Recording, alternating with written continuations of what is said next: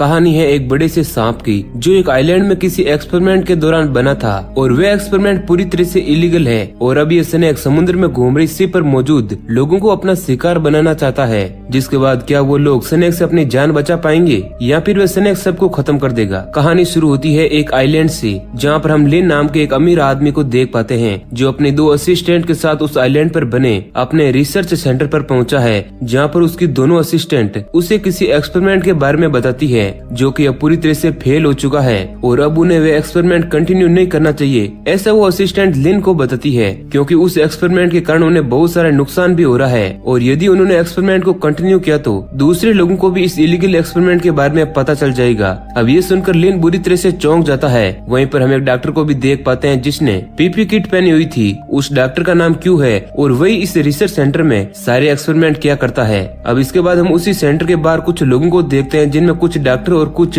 Soldier मौजूद है जो एक बड़ा सा गड्ढा करके उनके अंदर छोटे छोटे सांपों को फेंक रहे हैं और वे सोल्जर उन सांपों को मार भी रहे होते हैं। अब सीन वापस उसी सेंटर में आता है जहाँ पर मिस्टर लिन और उसकी दोनों असिस्टेंट को देखते हैं। लिन अपने डॉक्टर पर बहुत ही गुस्सा करता है और इसी दौरान वह डिस्प्ले के दूसरी तरफ एक बड़े से स्नेक को देखता है जो कि उस डॉक्टर के गलत एक्सपेरिमेंट का फल है। अब उस एक्सपेरिमेंट के कारण उस स्नेक का साइज बड़ा हो चुका है जो किसी भी वक्त लोगों को नुकसान पहुंचा सकता है और इस कारण लिन अपने सारे वर्कर को उस रिसर्च सेंटर में मौजूद सारी फाइल्स को डिलीट करने के लिए कहता है और फिर वह पास में लगे मॉनिटर पर ग्रीन कलर का बटन दबा देता है जिसके बाद उस स्नेक की बॉडी पर बहुत सारे बड़े बड़े इंजेक्शन इंजेक्ट होने लगते हैं। इस वजह से वो स्नेक बौखला जाता है और उस डिस्प्ले को तोड़ने की कोशिश करता है। दूसरी तरफ हम सोल्जर और डॉक्टर को देखते हैं जो उन सांपों को खत्म कर रहे हैं, लेकिन सेंटर के अंदर मौजूद वह स्नेक पूरी तरह से बौखला चुका है और फिर वहाँ पर मौजूद वह छोटे छोटे सांप भी उसी तरह से बौखला जाते हैं। और फिर हम बाहर देख पाते हैं कि सोल्जर और डॉक्टर पर उन्होंने हमला कर दिया है। इधर लिन एक रेड बटन को दबाता है जिस कारण उस डिस्प्ले के अंदर आग लग जाती है, लेकिन उस बड़े स्नेक को कुछ भी नहीं होता है। अब ये देख मिस्टर लिन अपनी दोनों असिस्टेंट के साथ वहाँ से भागने लगता है। इधर कुछ सोल्जर उस सेंटर के अंदर आते हैं और वहाँ पर मौजूद सारे डॉक्टर्स को खत्म कर देते हैं ताकि इस इलीगल काम के बारे में किसी को भी पता न चले और फिर वहाँ पर मौजूद सारा सामान डिस्ट्रॉय कर दिया जाता है। अब इसके बाद सेंटर में मौजूद एक बड़ा सा सांप कांच के उस बॉक्स को तोड़ देता है और वहाँ मौजूद सोल्जर पर हमला कर देता है। इधर लिन अपने दोनों असिस्टेंट को कहता है कि उन्हें इस सेंटर को पूरी तरह से खत्म करना होगा और ऐसा कहकर लिन हेलीकॉप्टर में बैठकर वहाँ से चला जाता है। लेकिन इसी बीच उसके साथ जा रहे एक और हेलीकॉप्टर पर एक बड़ा सा स्नेक अटैक कर देता है जिस कारण वह हेलीकॉप्टर क्रैश हो जाता है। इधर मिस्टर लिन की दोनों असिस्टेंट कुछ सोल्जर के साथ उस जंगल में सभी छोटे छोटे सांपों को खत्म करने के लिए आगे बढ़ रही होती है, जहाँ पर हम जंगल में देख पाते हैं कि वहाँ पर बहुत सारे छोटे छोटे सांप मौजूद थे जिन्हें देखकर वह असिस्टेंट बुरी तरह से डर जाती है और अपनी जान बचाने के लिए वहाँ से भागने लगती है। लेकिन तभी वहाँ पर एक बड़ा सा स्नेक आता है और उनमें से एक लड़की को घायल कर देता है और जब उस स्नेक उसे खत्म करने ही वाला होता है तभी वहाँ पर उसकी दोस्त अपने पास रखे हुए चाकू की मदद से उस स्नेक पर हमला कर देती है जिस कारण वह स्नेक घायल होकर वहाँ से भाग जाता है। लेकिन इसी बीच उसकी वह दोस्त घायल हो चुकी थी और उसे कुछ छोटे छोटे सांपों ने खत्म कर दिया था। तभी वहाँ पर वह बड़ा वाला स्नेक आ जाता है जो उस लड़की को भी खत्म कर देता है। अब इसके बाद हम 2 सोल्जर को देखते हैं जो स्नेक से बचने के लिए उस आइलैंड से भाग रहे होते हैं जो कि अब एक बोट पर मौजूद है। तभी उस समुद्र में वही बड़ा सा स्नेक आ जाता है जो उन दोनों को भी खत्म कर देता है और ये सीन यहीं पर कट हो जाता है।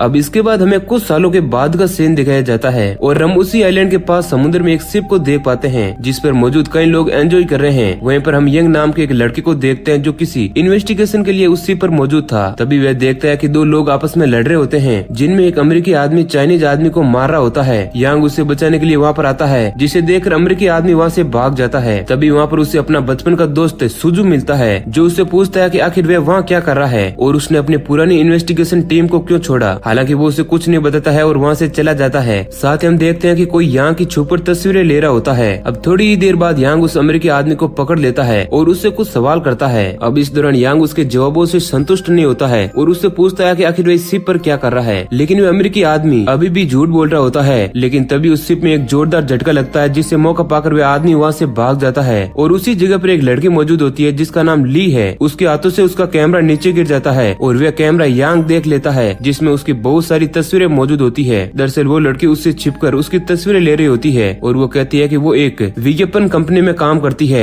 जिसके लिए उन्हें यांग की तरह ही यंग मॉडल की तस्वीरें चाहिए होती है। इस कारण उसने यांग की बिना पूछे उसकी तस्वीरें ली थी। अब इसके बाद कैमरे में मौजूद फोटोज को यांग डिलीट कर देता है, लेकिन ली उसे बताती है कि जिस इन्वेस्टिगेशन के लिए वह यहाँ पर आया हुआ है वह उसमें उसकी मदद करेगी। लेकिन यांग उसकी बातों को अनसुना करके वहाँ से चला जाता है। दूसरी तरफ हम देखते हैं कि उस शिप में बहुत सारे छोटे छोटे स्नेक आ जाते हैं जो शिप में मौजूद कई लोगों को अपना शिकार बना रहे हैं और बचे हुए लोग डर कर यहाँ से वहाँ भाग रहे रहे होते हैं। और जैसे ही ये बात यांग और ली को पता चलती है तो वे लोग भी वहाँ से भागने लगते हैं। रास्ते में उन्हें मेंटेनेंस वाला आदमी नजर आता है। यांग उसे पूछता है कि आखिर शिप पर चल क्या रहा है, और वे आदमी कोई जवाब देता है उससे पहले ही वह बड़ा सा स्नेक वहाँ पर आ जाता है और उसे खत्म कर देता है। उस स्नेक को देखकर यांग और ली बुरी तरह से डर जाते हैं और शिप पर मौजूद बचे हुए लोगों के साथ अपनी जान बचाने के लिए इधर उधर भागने लगते हैं। लेकिन रास्ते में उन्हें वही बड़ा सा स्नेक मिलता है जिसे देखकर सारे लोग और ज्यादा डर जाते हैं और उन्हें समझ नहीं आता है कि इस स्नेक से कैसे बचा जाए, और वे लोग वहाँ से भागने लगते हैं। अब भागते हुए रास्ते में बहुत सारे छोटे छोटे सांपों को यांग खत्म करते हुए आगे बढ़ता है और कुछ ही दूरी जाने पर उन्हीं लोगों में मौजूद एक आदमी उस शिप के एक प्राइवेट रूम में जाकर अपने आप को बंद कर लेता है और दरवाजा नहीं खोलता है। दरअसल वो आदमी अपने आप को बचाने के लिए उस रूम में अकेला ही पहुंच गया था और वह नहीं चाहता था कि वह लोग उस रूम में आए। बाहर खड़े हुए लोग उसे दरवाजा खोलने के लिए कहते हैं, लेकिन वह दरवाजे को नहीं खोलता है। तभी हम देखते हैं कि उस रूम में मौजूद वे छोटे छोटे स्नेक उस आदमी को अपना शिकार बना लेते हैं और वह आदमी मारा जाता है। इधर गेट के बाहर मौजूद लोग देखते हैं कि वह बड़ा सा स्नेक आ चुका है, जिससे बचने के लिए वो लोग वहाँ से भागने लगते हैं। भागते हुए वो लोग शिप के सबसे नीचे वाले इंजन रूम में पहुँचते हैं, जहाँ पर यांग सभी लोगों को कहता है कि वह स्नेक उनकी आवाज का पीछा करते हुए उन पर हमला करता है। जिसके बाद वहाँ पर मौजूद सारे लोग एक जगह चुपचाप खड़े हो जाते हैं। तभी वहाँ पर वह स्नेक आ जाता है और वहाँ पर कोई हलचल न होने के कारण वह स्नेक वहाँ से जाने लगता है। लेकिन इसी बीच वहाँ पर मौजूद एक लड़की का फोन रिंग करता है, जिस कारण वह स्नेक अलर्ट हो जाता है और उन सभी की तरफ आगे बढ़ने लगता है। जिसके बाद वे लोग भागते हुए शिप के रेफ्रिजरेशन रूम में पहुँच जाते हैं और उस गेट को अच्छे से बंद कर देते हैं। लेकिन वह स्नेक उस गेट को तोड़ने की कोशिश करता है और जब दरवाजा नहीं खुलता है तो वह वहाँ से चला जाता है। इसके बाद हम उसी रूम में एक लड़के को देख पाते हैं जो इस अफरा तफरी के बीच घायल हो चुका था और उसे कुछ सांपों ने काट भी लिया था, जिस कारण उसकी हालत बहुत ही ज्यादा गंभीर थी। ली उसका इलाज करने की कोशिश करती है, लेकिन उस लड़के की हालत में कोई भी फर्क नहीं पड़ता है। और अब इसके बाद यांग डिसाइड करता है कि वह उस स्नेक को डिस्ट्रैक्ट करके बाकी सभी लोगों को बचाएगा, क्योंकि उस रेफ्रिजरेशन रूम में सभी लोगों को ठंड लगने लगी है और वे लोग वहाँ पर रहे तो ठंड के कारण वैसे ही मारे जाएंगे। लेकिन इसी बीच घायल हुआ वो लड़का यांग को कहता है कि वह स्नेक को डिस्ट्रैक्ट करेगा ताकि बाकी सभी लोग वहाँ से अपनी जान बचाकर भाग सकें। जिसके बाद वे सारे लोग उसकी बात को मान लेते हैं और वे लड़का स्नेक को वहाँ पर बुलाता है और उसका ध्यान भटकाने की कोशिश करता है। अब मौका पाकर रूम में मौजूद सारे लोग वहाँ से बाहर निकल जाते हैं और वो लड़का उस गेट को बंद करने लगता है। लेकिन यांग उस लड़की को भी उस रूम से बाहर लाने की कोशिश करता है। तभी हम देखते हैं कि उस लड़के ने अपने आप को रूम के अंदर बंद कर लिया होता है और इस तरह वह लड़का मारा जाता है। अब बाकी लोग वहाँ से भागते हुए शिप के ड्राइविंग रूम में पहुँच जाते हैं। लेकिन जब वे लोग वहाँ पर पहुँचते हैं तो उन्हें पता चलता है कि कैप्टन मारा जा चुका है। अब इसी बीच यांग देखता है कि उस रूम में कोई भी स्नेक मौजूद नहीं था और उसे थोड़ा सा शक होता है कि आखिर उन दोनों कैप्टन को किसने मारा। ली उस शिप को चलाने के लिए कहती है क्योंकि उसे थोड़ा बहुत शिप का नॉलेज था और फिर ली उस शिप को चलाने लगती है। थोड़ी देर बाद ली को शिप के रडार में एक आइलैंड नजर आता है, जिसे देखकर वहाँ पर मौजूद सारे लोग खुश हो जाते हैं और वे सभी उस आइलैंड की तरफ आगे बढ़ने लगते हैं। लेकिन तभी एक स्नेक उस शिप से टकरा जाता है। अब इसके बाद यांग उस शिप के ऊपर जाकर देखता है, जहाँ पर उसे वही बड़ा सा स्नेक नजर आता है। अब इसके बाद यांग सुजू को बताता है कि वे अकेला ही इस स्नेक का सामना करेगा और सभी जनों को शिप में मौजूद छोटी छोटी बोटों को लेकर वहाँ से भागने के लिए कहता है। जिसके बाद सुजू भी उसकी बात को ना चाहते हुए भी मान लेता है और सभी जनों को लेकर वहाँ से जाने लगता है। यांग ली को कहता है कि वह जिंदा वापस लौटकर जरूर आएगा और इतना कहकर ली और सारे लोग उस शिप से उतरकर समुद्र के अंदर चले जाते हैं। इसके बाद यांग शिप में मौजूद पेट्रोल को पूरी शिप में छिड़कने लगता है और थोड़ी देर बाद उसने पूरी शिप को अपने कब्जे में ले लेता है और उसे जकड़ने लगता है।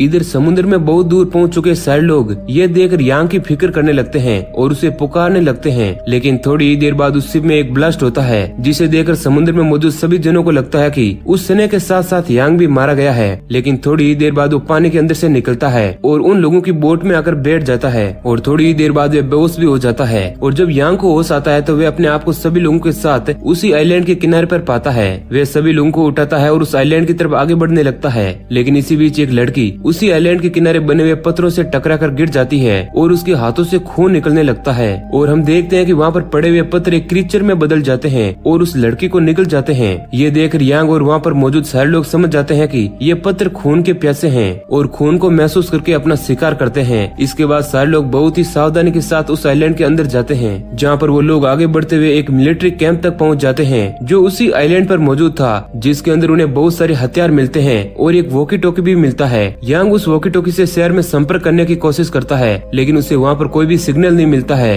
अब सारे लोग अपने हाथों में हथियार लिए आगे बढ़ने लगते हैं। रास्ते में उन लोगों को पेड़ों पर एक बहुत ही बड़ा स्पाइडर नजर आता है और फिर एक बूढ़ा आदमी उस स्पाइडर पर गोलियां चलाने लगता है, लेकिन वह स्पाइडर उन पर हमला कर देता है। जिसके बाद वे सारे लोग भागने लगते हैं, लेकिन उन लोगों के पास बहुत सारे हथियार और एक बॉम्ब भी था, जिसकी मदद से वे लोग उस स्पाइडर को खत्म कर देते हैं और वहाँ से आगे बढ़ते हैं। और फिर उसी रिसर्च सेंटर के पास पहुंच जाते हैं जो अब एक खंडर बन चुका है, जिसे हमने मूवी की स्टार्टिंग में देखा था। वे लोग उसके अंदर जाते हैं जहाँ पर उन्हें कुछ डॉक्टर्स की लाशें मिलती है जो कि अब कंकाल में बदल चुकी है, और उन्हें वहाँ पर उसी एक्सपेरिमेंट से रिलेटेड कुछ डॉक्यूमेंट भी मिलते हैं। थोड़ी ही देर बाद उन लोगों में मौजूद एक आदमी उस सेंटर की लाइट को ऑन कर देता है, और यांग को ये बात बहुत ही अजीब लगती है क्योंकि उस आदमी को कैसे मालूम है कि इस रिसर्च सेंटर की लाइट कैसे ऑन की जाती है। हालांकि अब वो इस बात को इग्नोर करता है, और थोड़ी ही देर बाद वो आदमी उन सभी को लेकर एक अंडरग्राउंड रास्ते से एक रूम के अंदर ले जाता है जहाँ पर बहुत सारा खाना और पीने का सामान मौजूद था। अब ये सब देखकर वे सारे लोग खुश हो जाते हैं। अब इसके बाद हम यांग को देखते हैं जो छत पर अकेला बैठा हुआ है और उसके हाथों में एक तस्वीर है जिसे देखकर वे गिल्टी फील करने लगता है। दरअसल वो लड़की उसकी गर्लफ्रेंड है। तभी वहाँ पर ली आ जाती है और यांग को उदास देखकर ली उससे पूछती है कि आखिर उसके साथ क्या हुआ है। यांग उसे अपनी सारी कहानी बताता है और कहता है कि वह और उसकी गर्लफ्रेंड दोनों एक इन्वेस्टिगेशन टीम का हिस्सा थे, लेकिन इसी दौरान उसे किसी ने खत्म कर दिया और इसके बाद से वह उसके कातिल को ढूंढने के लिए यहाँ से वहाँ पर भटक रहा है। अब उसकी बातें सुनकर ली उसे संभालती है। अब रात होने पर वह सारे लोग उसी रिसर्च सेंटर में सो जाते हैं, लेकिन यांग अभी भी जगा हुआ था और हम उसी आदमी को देख पाते हैं जिसने लाइट्स को ऑन की थी।